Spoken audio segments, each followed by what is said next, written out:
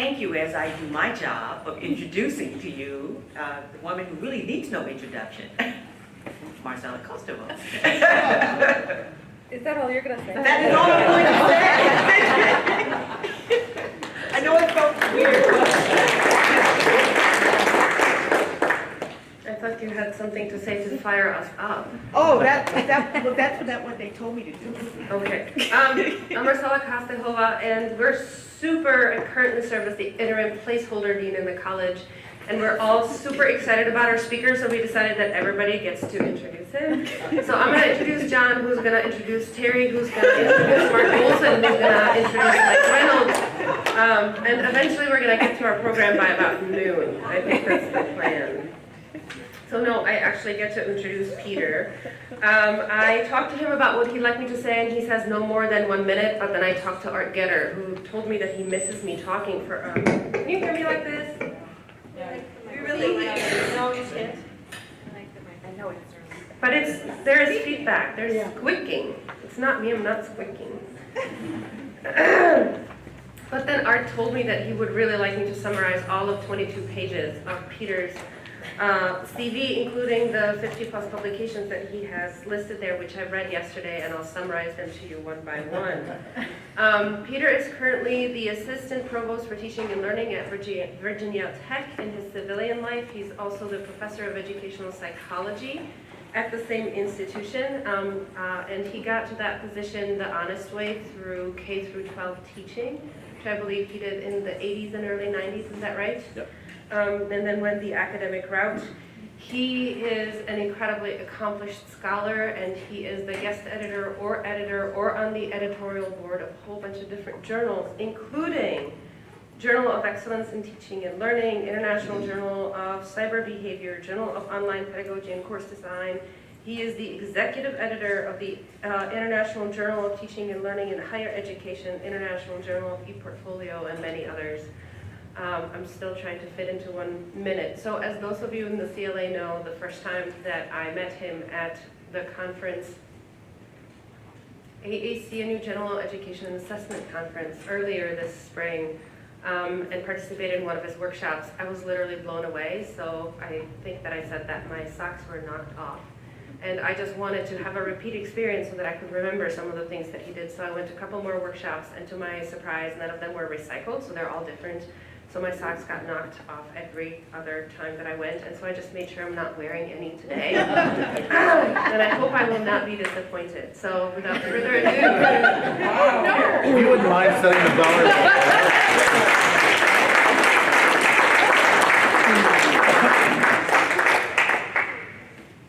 Okay, first of all, nothing she said was true.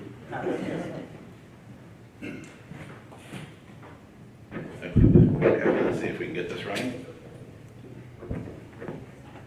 Is that good? Yeah. You hear that? Okay. First of all, thank you very much for the introduction and keeping it relatively short. What's on my CV isn't really why we're here. But thank you for having me. I would appreciate if you could set the bar lower last time. Like, he was okay, and we just needed somebody, and he was cheap, so he's here. I would really prefer to go that way. You should have 2 handouts. Hopefully you got those coming in. One of them is really just a list of, or not a list, a series of strategies. So I'll be referring to some of those, but that's really kind of at your leisure, whatever you might do. If you're having trouble getting to sleep at some point, this is a good way to go. And the other one is a series of slides, and my slides aren't content slides, they're process slides. So there's not going to be a lot of note-taking or things like that, and where there is, you already have a copy of it. But for the most part, this is going to be activity-driven, so I'm going to need you to participate and to play along. So you'll need something to write with and something to write on. So we'll see who came to class prepared. Nice, excellent. So those of you who did, feel free to share with those who may have not brought something to write with or to write on. Oh, we have pens. All right. I have to, this is my slide set. Sorry, the first thing I need to do is put mine up.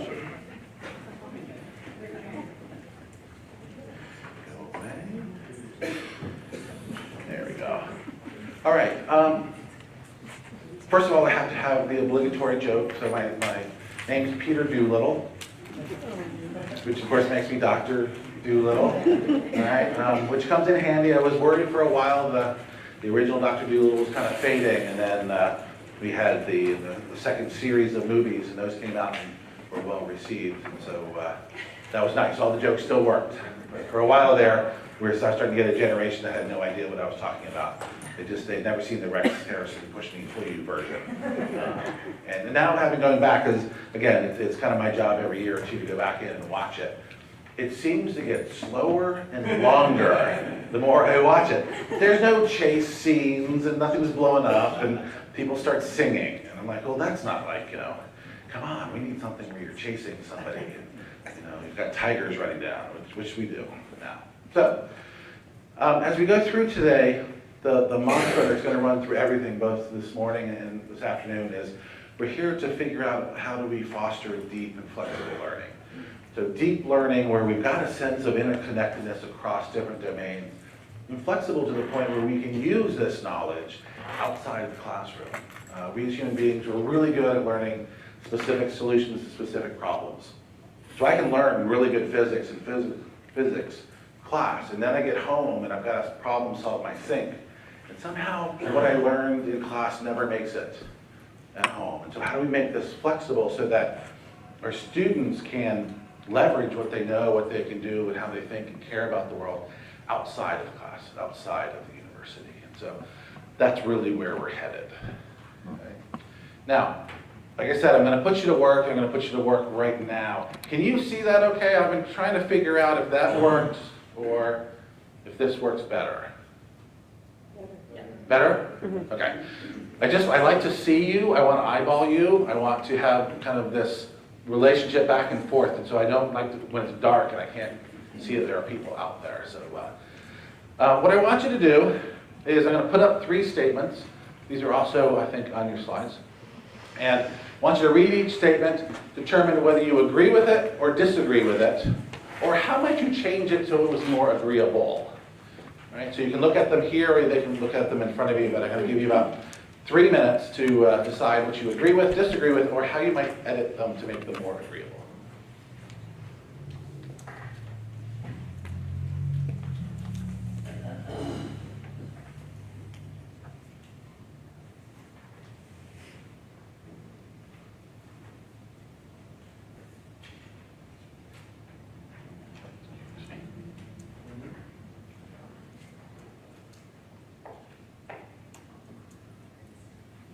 I'd like you to commit by writing something down, not waiting for the right answer.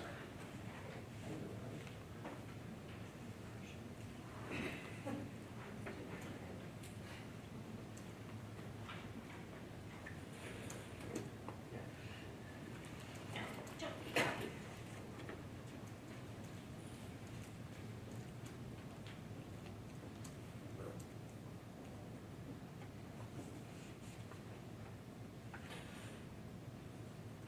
2 minutes.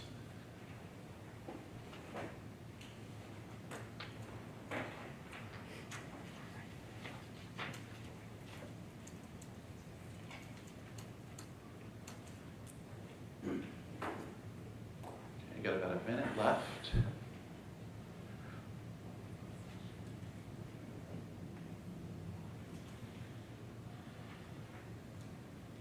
Okay, what I'd like you to do is at your table, or at least depending on how many people you have, the people to your left and right, share what your responses were as far as what you agreed with and disagreed with, but also discuss why and what issues you might have had with the various statements.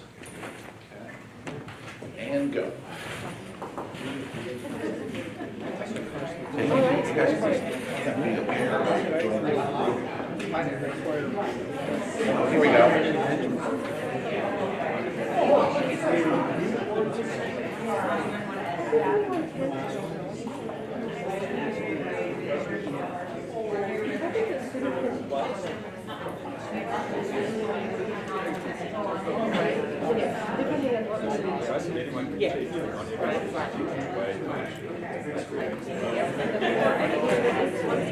More than I agree with.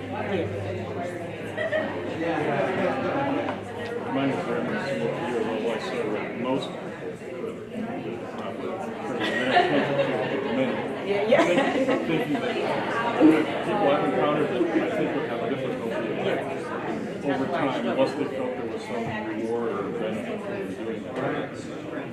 How come you know this though? And any person who learns to teach well. It doesn't say well. And also, I think in our minds, we're thinking about teaching maybe the college or university level. It doesn't really say. No, it doesn't. No, it doesn't. Anything from like agriculture, for farming, learning how to plant trees or something.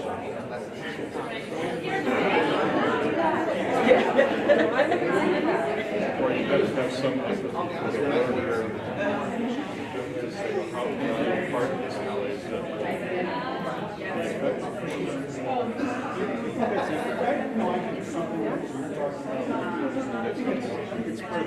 What I'm I don't think someone would have to have certainly like a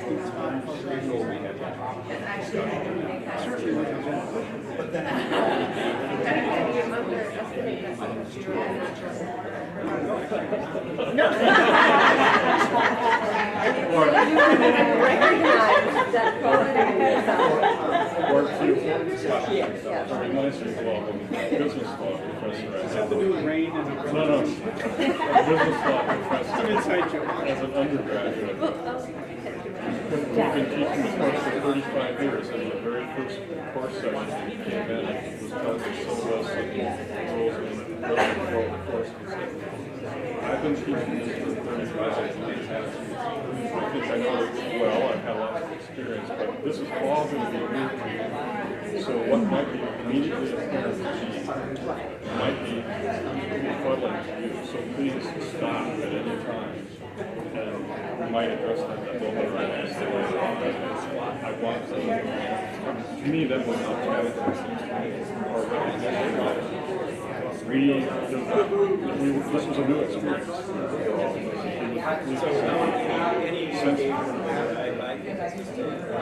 Would you be sensitive or just realizing that's part of the process? Sorry. Well, that could be, maybe people learn from experience that would be effective. They have to be where they are, or understand where they are. This doesn't say well or well. One of the things that I have noticed is right? So that statement, anyone can teach, I think that also has rather than change it to everyone.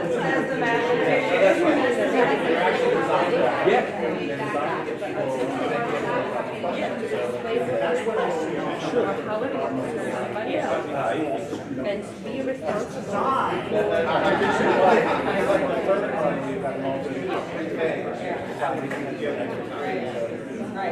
But I kind of got at that in the second one on this. Well, I wasn't trying to segue because I didn't change the first. 2 minutes. 2 minutes.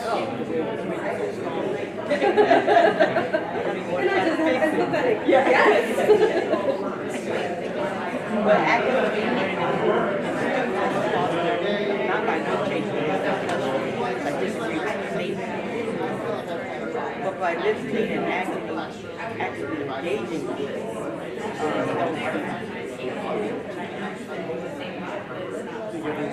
yeah, I just it's better than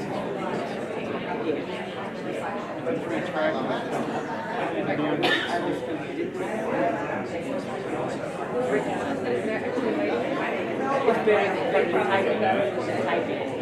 But it's not the whole minute. No. Okay, you've got about a minute, so if you can work on winding down the discussion.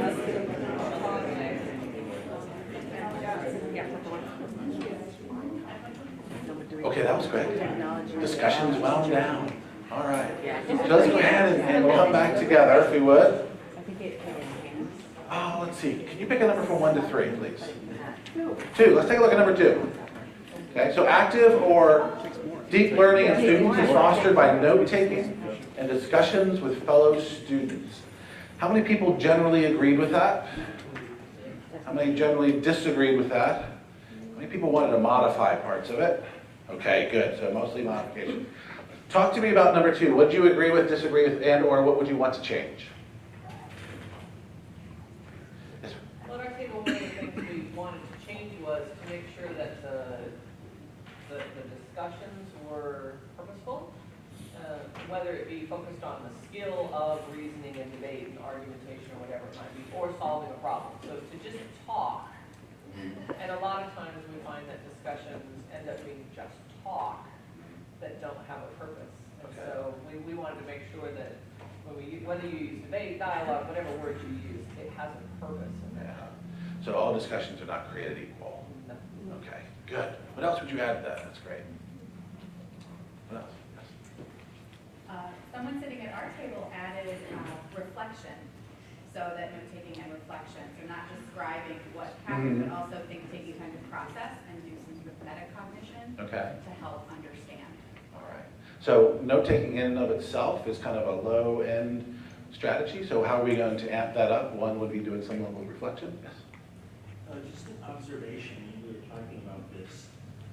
Over the years, I really noticed a decline in student note-taking. Mhm. And I think one of the reasons is because of that screen there, and the fact that almost all faculty use PowerPoint slides. Sure. You can tell students the importance of note-taking, but the colleagues I've talked to, I don't think they really get that in high school, for example. Sure. You Yeah. can't just preach to them, so if they're gonna do it, you may need to have some exercise to guide them through the importance.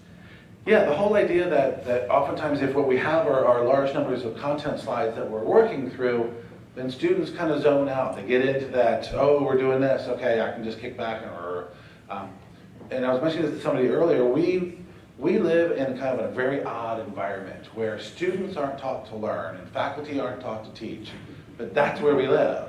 That's our jobs, right? And so there ought to be something where students learn about learning from the moment they get, in kindergarten, first grade, second grade, they learn these things. But if you ask your students, how many people were taught how to take notes? And there's plenty of research on notes and note-taking to give some suggestions there. Almost none of them. And you're like, how many hours do you spend taking notes? So you have the verbatim ones, writing as fast as they can. Or if they're typing, it's like they hate their computers because you hear them. And you're like, oh, don't sit next to that person. You have those who just write a word every now and again. You have those that send you the email. Can you post the slides, every slide with every word you're going to say in class? Okay? With the idea that, well, if I get those, that's the same as coming to class. Right? My perspective is, if there's no value added to coming to class, then there's no reason to come to class. So what do we do in class that makes it a reason for being there? How do we go beyond whatever might be up there or what might be in the chapter or in the reading? What's the value added to showing up? And oftentimes, as strange as it might sound, we may need to teach students, listen, to be successful in this class, these are 3 things you're going to benefit from. And if you're going to take notes, here's a quick way. So you can do the Cornell Notes version where you take a line 2/3 the way over. Left side is kind of, I'm just going to write down what is up here, and then the right side is my interpretation, my questions, things I need to know. That in and of itself adds the reflective part. But oftentimes with students, and I know that it was with like this for me, it made perfect sense when you were teaching me. Oh, it was so clear. And then 3 weeks later, I was studying for the test going, what was she talking about? What did this mean? And I knew it made sense at the time, but now when I go back, suddenly there's things missing. All right? And the literature on full notes versus partial notes really indicates that you benefit by being in class, you benefit by taking the notes, processing it at least a little bit there, rather than not going to class and trying to rely on just the notes, no matter how full they may be. Okay, that just is not a good strategy. Okay. All right, give me a number 1 or 3. 1 or 3? 3. Technology allows teachers to teach more powerfully, more efficiently, and with less effort. How many generally agreed? Even the people who generally agreed are kind of like, generally kind of doing. How many generally disagree? How many want to change it? Okay. Very good, very good. What did you like or not like, or what would you want to change? Change the last part. With less effort? Tell me about that. Because I think that is we were talking about how we see that often in our students too, like a presentation, you just cut and paste something that you read and you put it up on a slide and that's your presentation. And so I think to use technology meaningfully doesn't take less effort. Yeah. To really think about how to use it in a way that's going to facilitate the learning, Mm-hmm. which I think probably not all of us think about as much as we could or should. Yeah, sometimes we hope that the savings might be downstream somewhere, but if your content changes a lot, by the time you get downstream, you need to redo whatever it was to begin with. What else do you like or not like about this?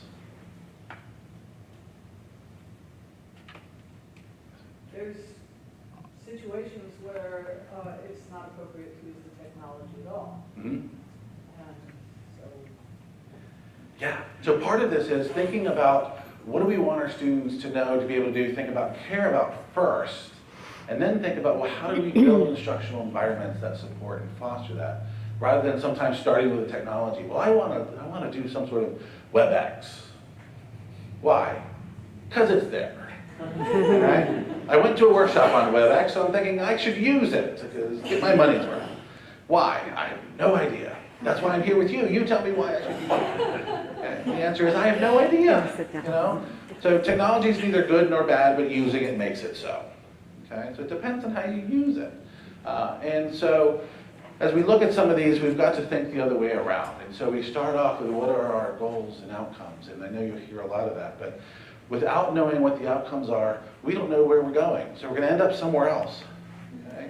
Wherever that else might be. And so we need to think about what is it that we want them to be able to think about and care about, what we want them to value. And we do want our students to value things. And if I'm teaching K-12 teachers, I want them to value their students' educations. I want them to feel like, yes, our students can learn. I don't want technical teachers that can go in and I'll go ahead and use this strategy, but there's no passion behind it. There's no real, getting any sort of feedback from the students to make sure things are working. I'm just doing it. Okay, why are you doing it? Ah, you said to do it, so I'm doing it. The strategy didn't work. It's like it wasn't the strategy's fault. There are things we need to think about. Now, we're going to be intermixing active learning with strategy. So what we've just done is called an anticipation guide. It's in your little booklet there. I like to start off with anticipation guides when, one, I don't know the audience, so I don't know you. But now I'm starting to figure out. I've got the bright eyes, people that are nodding in, they're always responding. I'm with you, I'm with you, I'm with you. You need those so you can reach out and say, oh, okay, I'm struggling a little bit. Talk to me, I need some help. It also got you to talk to each other because you don't know everybody. And so in your group, you're now primed to chat with each other. I've also got your brain on topics that I want it to be on. Because you came from lots of different places, lots of things on your mind, you just had breakfast.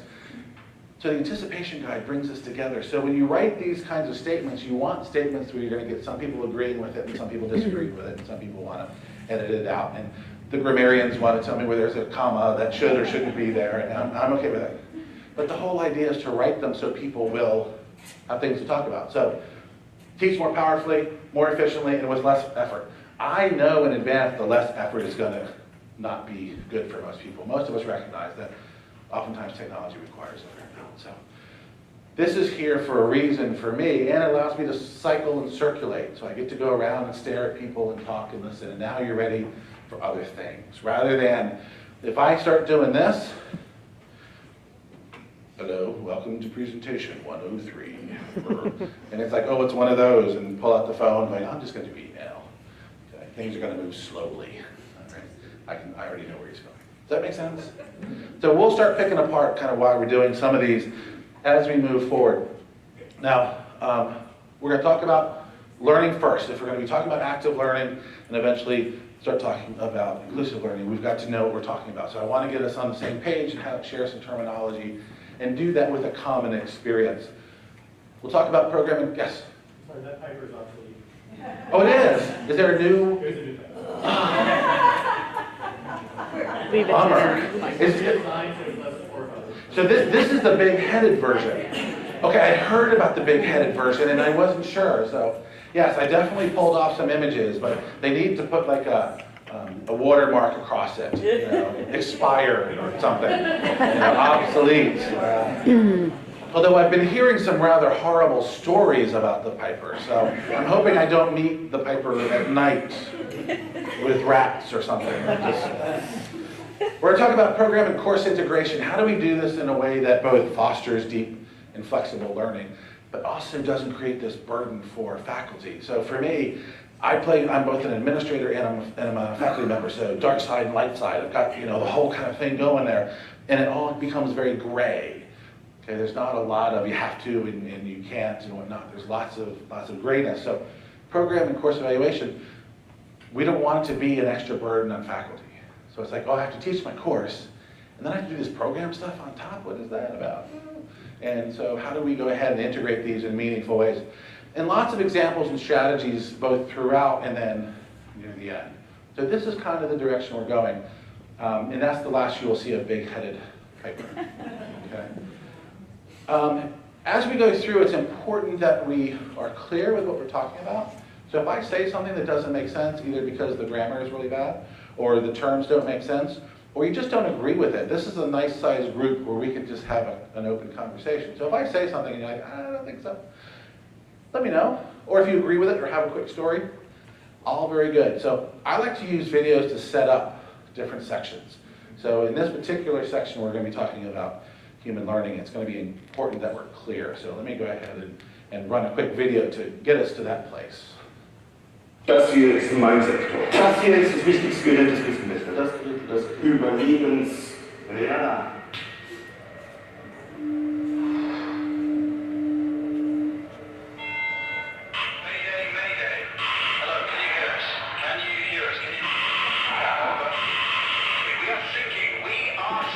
Hello? This is the German Coast Guard. What are you thinking about? All right, so if something doesn't make sense, let me know. I do want to say, apparently we are videoing this for Mysterious Caroline. Yes. Welcome. I've heard about her as a figment of my imagination. I was thinking, well, maybe she is the person underneath big-headed Piper. And that's why you never see the two in the same place. Check it out. That could be the issue. Das hier ist die Mindset. All right. So, what we're going to do is a quick learning activity, and you seem to be game for these things. So I'm going to need you to pull out a pencil or pen or marker or whatnot, and write the numbers 1 through 10, and then next to it 11 through 20, and you only need about 1.5 inches or 2 inches between them. You're not going to be doing a lot of writing in between, but numbers 1 through 10, and then 11 through 20, just anywhere on a sheet or back of a sheet or things like that.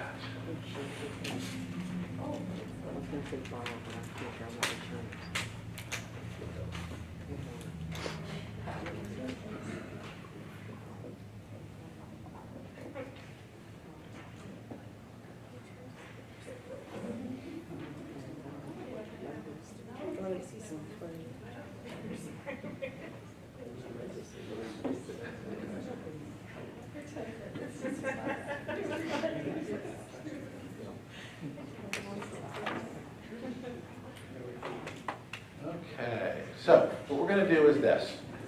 I'm going to read you 10 sentences. And what I want you to do is to think about how hard or easy it would be for you to pronounce that sentence.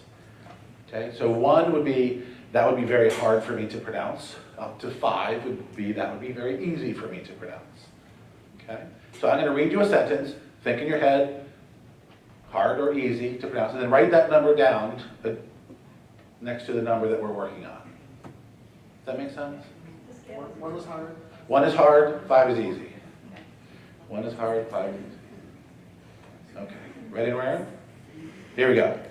Number 1. The trashy tabloid told truths about Tiny Tim.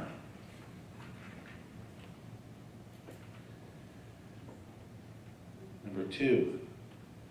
The smiling maitre d' looked out the window.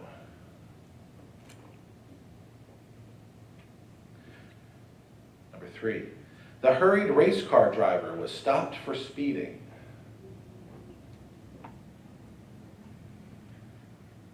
Number 4, the toasted bread fell from the table.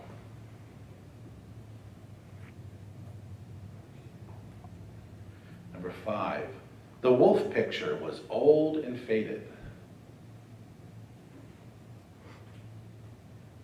Number 6, the red sunbather wore a coat and mittens.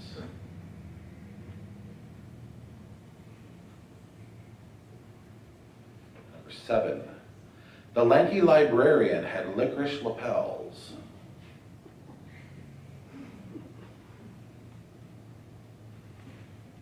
Number 8, the loud duck defended his territory aggressively.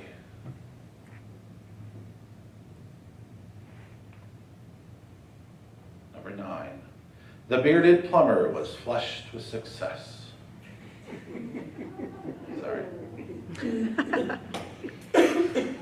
And number 10, the tasty cake was left unattended.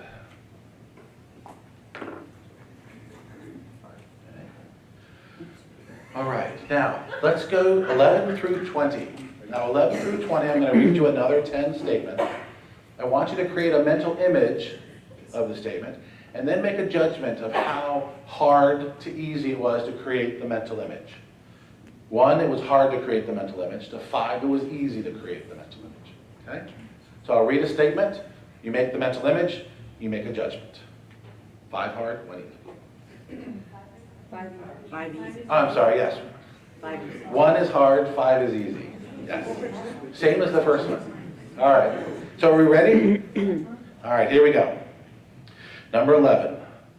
The black book was sitting on the table. Create the image, make a judgment. Number 12. The large cows were standing in the field.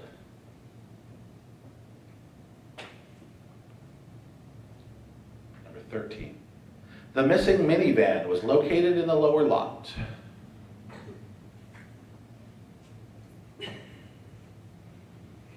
Number 14. The long to-do list was left on the counter.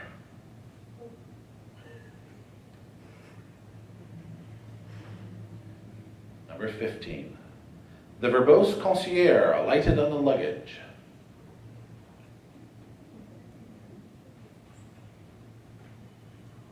Number 16. The green grass was waving in the breeze.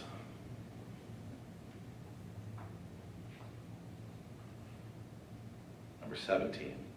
The swift dog ran circles around the guests.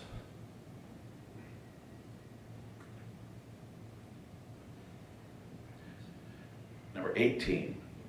The apprentice acrobat was afraid of heights.